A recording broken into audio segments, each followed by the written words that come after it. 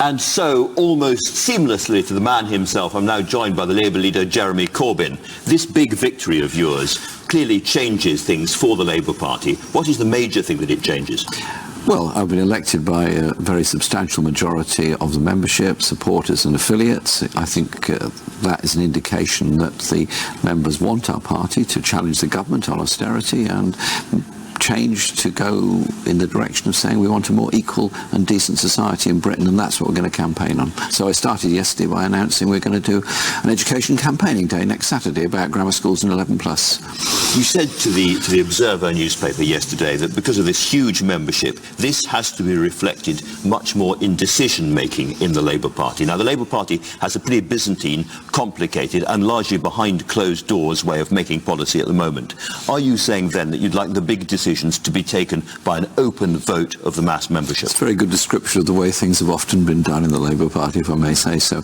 What I want is a more open party, and we need to look at democracy and involvement of members and supporters in all aspects of party decision-making. So I have asked the National Executive to look at the ways that we democratise in bringing more members into decision-making, policy-making coming from the grassroots, and greater trade union membership involvement in it, because there's a lot of thirst for change out there. People want to see things done differently. So if somebody watching has joined the party relatively recently, supported you, is part of this big new mass membership, they might want to direct say themselves through their local party in, I don't know, policy over Trident or nationalisation, whatever it might be. Are you saying that you agree those people should have a bigger voice? What I want is more power for members, more power for supporters, in order to ensure that we get policies that do have support throughout the whole party. Now, look, take, for example, anti-austerity strategy. Yes, we're opposed to what the government's overall economic strategy is, but it's also a question of what you invest in, how you invest in it,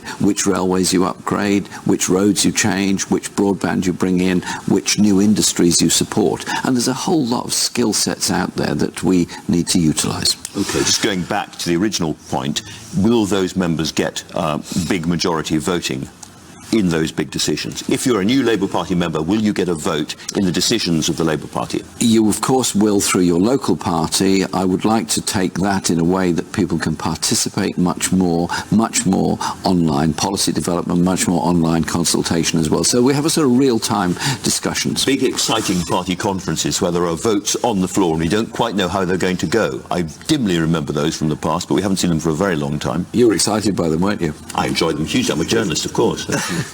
Yes, the party conference, I think, needs to move much more to the centre of concluding our policy debates, and people can then see what discussions we're having, and I think that's actually a healthy thing to do. Now, surely a conference ought to be representative of members and their views. Sure, you've had a great success inside the party, but it's as nothing to the challenge of becoming Prime Minister. If you want to be a successful socialist Prime Minister in this country, you can't do that unless you have a parliamentary party at your back who supports you. I know there's lots of argument now about deselection of what that means and doesn't mean, but in the end, doesn't that mass membership with their views deserve to be represented properly in the House of Commons? And don't you, if you're ever going to be a socialist Prime Minister, need to have the support at your back that you don't have now? I'm reaching out to all our MPs, having lots of discussions with them, very talented people we have. There are some differences of policy opinion, yes, but there are also there's a great deal of unanimity about it. Look at the campaign we're mounting on selection and education. Look at the campaign on NHS, on workplace benefits, all those issues. Actually, the party's quite united. Well, they walked out of your shadow cabinet, and then there was a very vituperative leadership campaign. Terrible things were said on all sides. People said awful things about you. Really? Oh, they certainly did. I've got a list of them, but I won't read them out. You've only got half an hour on the programme. I've only got half an hour on the programme, but people like Tristram Hunt and others, they surely now have to shut up. They can't carry on saying the kind of things about you and your leadership and your general uselessness, which is the word they use when they're being polite, now that you have won a second leadership campaign. Well, the big advantage in this is that I've never said anything personal about any of them. And I don't use that kind of language, and I don't think anybody else should either. And so, let's move on. Let's move on, and that's exactly what I said in my welcoming speech yesterday. Move on, but keep your lips a little bit tighter. Move on and discuss policies where you agree or disagree. Put your contribution into that policy debate. Put your contribution into what we do in Parliament, into representing the people that have sent us there. Put your contribution in to making our party and our movement stronger. We have a massive membership. That surely is something everyone should be pleased about. You've rather dismissed in the past the idea of deselections of MPs going on around the country, but there are two things I need to ask you about. One, it is already happening. There are places, Wallasey near here, down in Hove, there are moves to remove, as it were, Blairite or centrist MPs or candidates or people who are perceived to be that. Is your message to CLPs, don't do that? That is actually perpetuating the divisions and the fight's already started. My message is concentrate on policies, concentrate on campaigning, concentrate on getting out there and what we've got to put across as a message. My message to our MPs and parties is make sure that you agree on those policies and get out there and do it. But I have to say this, that we are going through, unfortunately, a boundary change. Every constituency boundary is going to be changed. 2 million voters will be unrepresented in the new... They will have votes, but they won't be represented in the calculations for the new constituency boundary, so they're very unfair. And therefore, a new selection will have to take place in every single constituency, where the sitting MP with a substantial geographical coverage to the new area will automatically be shortlisted. Do you want to see most of those MPs reinstated as Labour candidates, or would you like to see a Labour Party after this process that is more representative of your kind of politics? Listen, I wish them well. The relationship between an MP and their constituency is a complex one. It's not necessarily all the policy tick-boxing exercise. It's also the relationship to the community, the effectiveness of representation, and all those issues. Let's have a democratic discussion, and I think the vast majority of MPs have no problem whatsoever. Let me put to you something that Lord Mitchell, who has just resigned from the party in the Lords, has said today. He said, first of all, that he has to go because he thinks momentum. Corbyn's people, he says, have the Labour Party by the throat, is his expression. But he then goes on to say something quite disturbing. Has Lord Mitchell ever met anyone in Momentum? Has he ever spoken to anyone in Momentum? I haven't asked him, I have to confess. But he also says this. He also says this, and this goes back to, I know, issues in the past. He said, I think it's very difficult if you're Jewish and you support Israel to be a member of the Labour Party. That's disturbing that he thinks that, isn't it? It's unfortunate he would say that, because it's not a fair comment. And I would hope that he would reflect on that, because clearly there are diverse views within the party on issues in the Middle East, but there's absolute unity in the party of opposing any form of anti-Semitism, any form of racism in the party. That is very clear.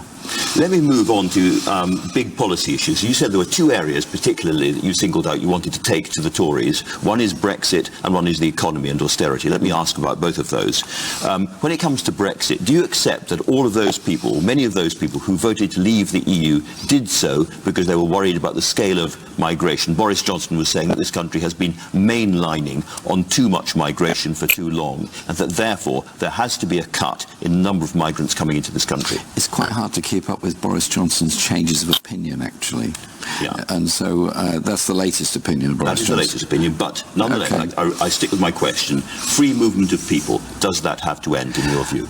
I think if we have a market arrangement with Europe, then there's going to be a demand by Europe that's absolutely clear, particularly by Germany, saying that has to include the rights of people to work in different parts of the European Union and Britain, which will then, of course, be outside the European Union, but a part of the market. There is also the question of British people working in Europe, and 2 million British people who've made their homes in Europe as well. But this is so, if I just conclude the point, the other issue, which is the one that caused the most concern, is the undercutting of wages and conditions and the impact of migration on some communities.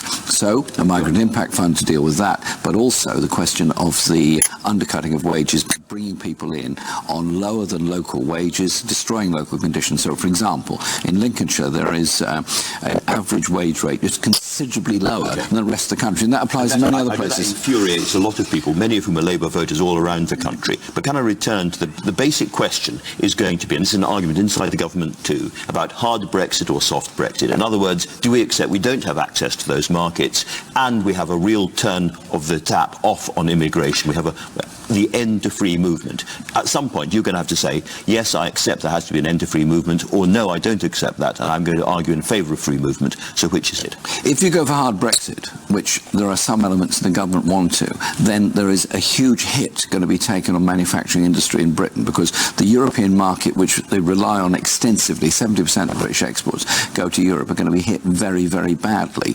And if their vision is of Britain, of a sort of tax haven offshore island from Europe, with great levels of inequality and a loss of most manufacturing industries, I'm not sure that's something that's very appetizing to most people in this country. They want to deal with Europe. They want to deal with Europe, which does protect those markets, which does ensure there isn't this undercutting process, that there is some equality across Europe. And I've been trying to reach out on this. Hard Brexit?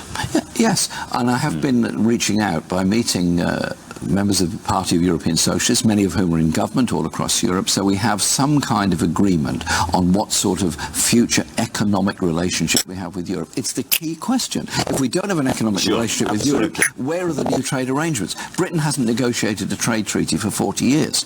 Can I ask you about the other big controversy at the moment in this area, which is that ministers have said that Parliament is not going to be told how those negotiations are going, none of the detail, until it's all over and the deal is done. Do you think that is democratic and sustainable? No, I don't think it's democratic, and I don't think it's sustainable at all. This is a huge political issue. It's the most significant economic issue facing Britain in my or your lifetime, and I think at the very least Parliament should be fully informed and told. So we've set up a Brexit team led by Emily Thornberry, our Shadow Foreign Secretary, that is meeting obviously regularly here, is demanding information and all that from the government, but is also meeting in Brussels, meeting our colleagues all across Europe, and I've invited leaders of socialist parties and trade unions and others from all over Europe to come to London later this year to have a full conference on how we will work with them to ensure that we accept the result of the referendum, we understand the result of the referendum, but we build a strong economic relationship with Europe in the future. That surely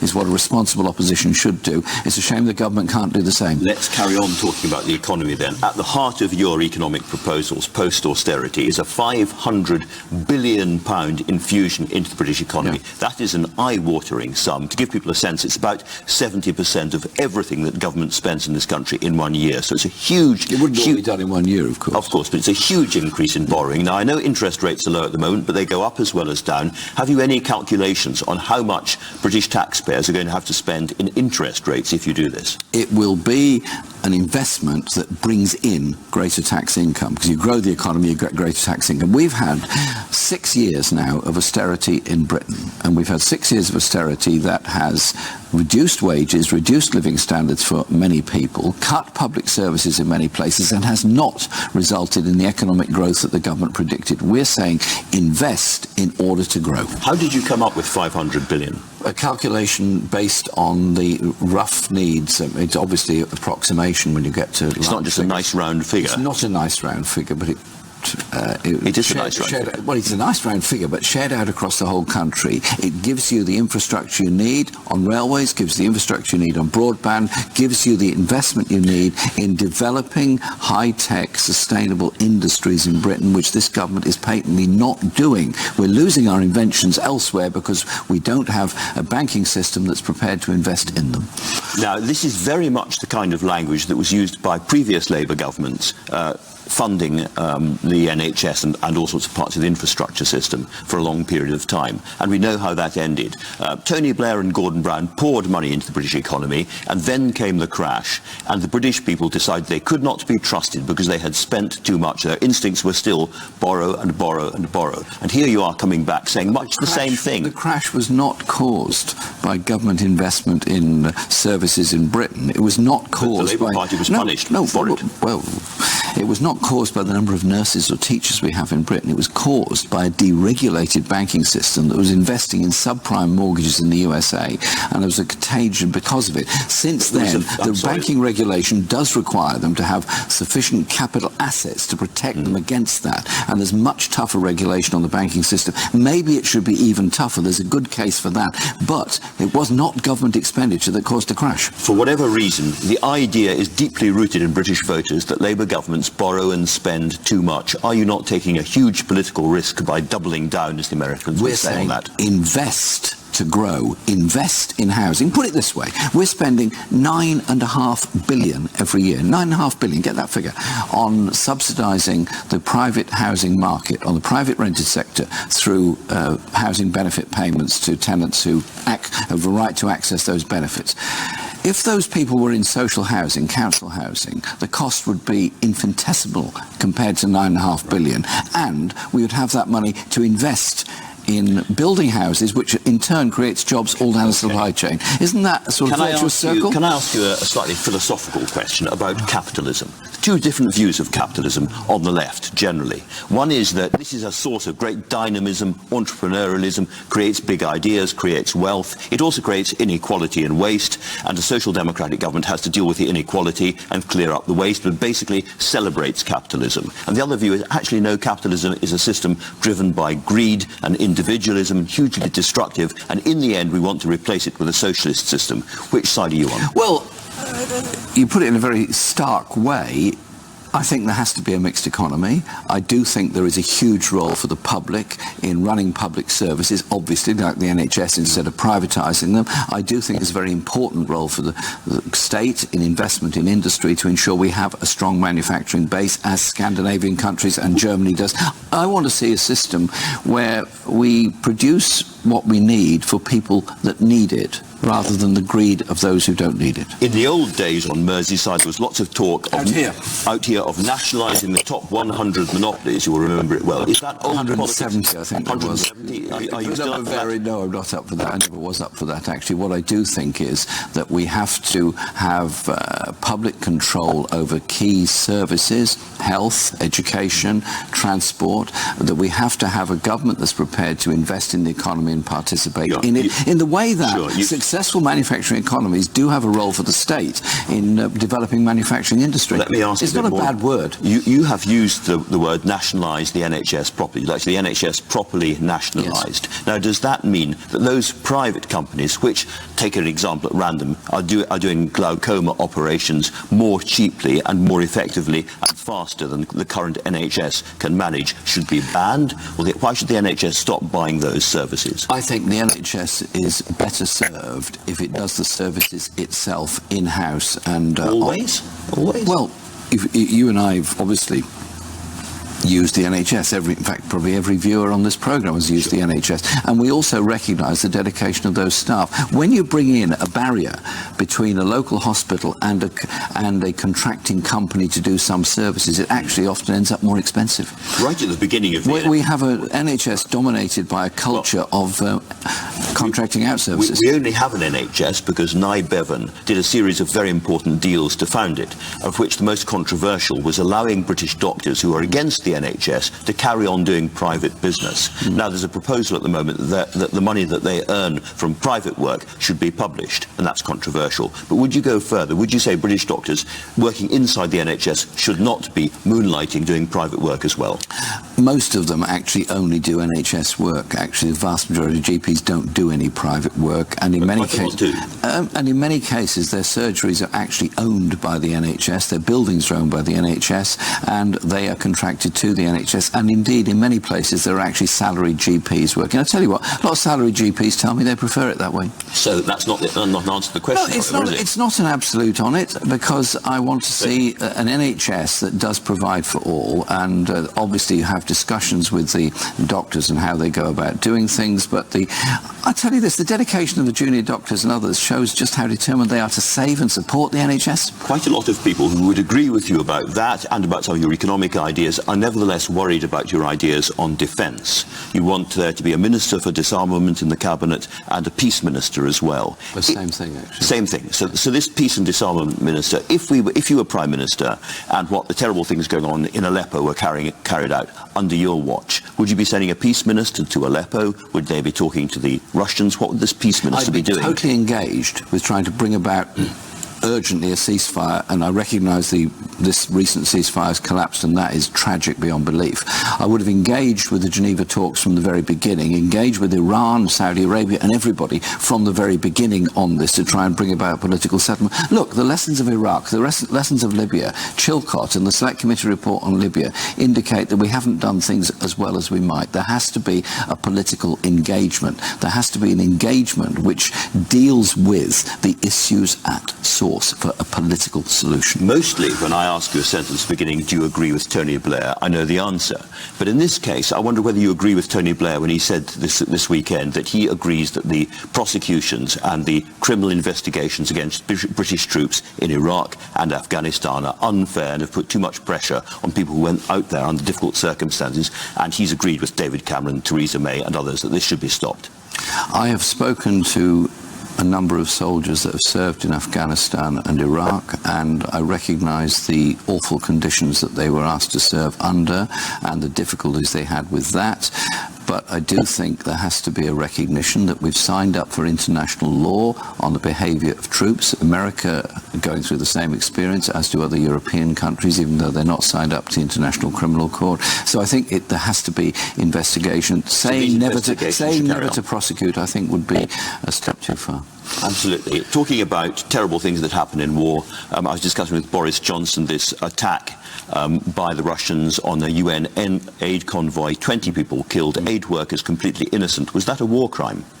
It sounds awfully like it to me. Absolutely terrible what happened there, because the aid convoy was there because there had been an agreement on it. It was there because we were moving towards a ceasefire which would bring about some relief to those people going through such a terrible situation, and it's unthinkable what they did on this. So, but there's also, of course, the question of playing our part in trying to help the refugees from Syria, and not just leaving them in camps, but actually trying to make sure we bring about a political settlement to allow return, but also we don't leave people stuck in camps for years on end.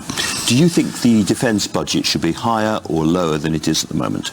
I don't think it should be any higher. I think it should be efficiently used, but I also think the defence budget should also be used where necessary, so that Britain is very good at actually giving aid and comfort during emergencies. Look at what we did during the Ebola crisis and other things. I think the defence establishment can be quite helpful in that sort of area. And I listened to what Clive Lewis has to say about that this week.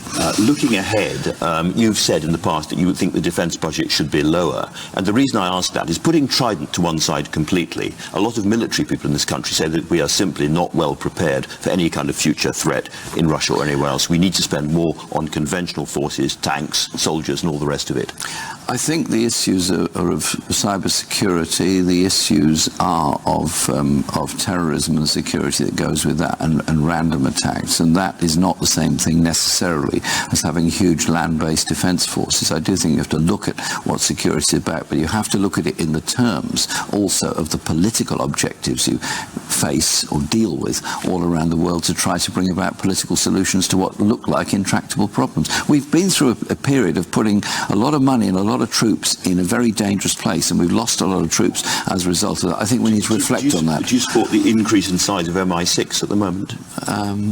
I don't necessarily think that's particularly necessary. I think there has to be obviously security for everybody, but I'm unclear as to why they want to be so much bigger. One final tax and spending question, if you like. You've talked about paying for getting rid of tuition fees by raising corporation tax. Given where is it now, and where should it go to pay for that? Corporation tax is amongst the lowest of the OECD countries. It's much lower actually in the United States. I think it should go up to the sort of 20% area that it was at before. But it's 20% now. No, I mean, they're putting it down. The government's plan is to reduce it. They want to bring it down to about 17, so it stays at 20%, but it should go higher? Not much higher, but I do think we have to recognise that we are well behind the curve of most European countries on the way that we treat our students in higher and further education, the fact that we leave students in massive debt, and the fact for the first time this year, for many, many years, the number of working class youngsters going to university is beginning to reduce. We're turning our universities in the direction of the elite rather than the direction of everybody. That, to me, is not just sad, it's wrong and unnecessary and wasteful. careful. We all remember the dramatic overnight phone calls with Hilary Benn and what followed. Would you like to see Hilary Benn back in your shadow cabinet? He wants to become the chair of the Select Committee on Brexit. All right. Thank you very much indeed for talking us, Jeremy Corbyn.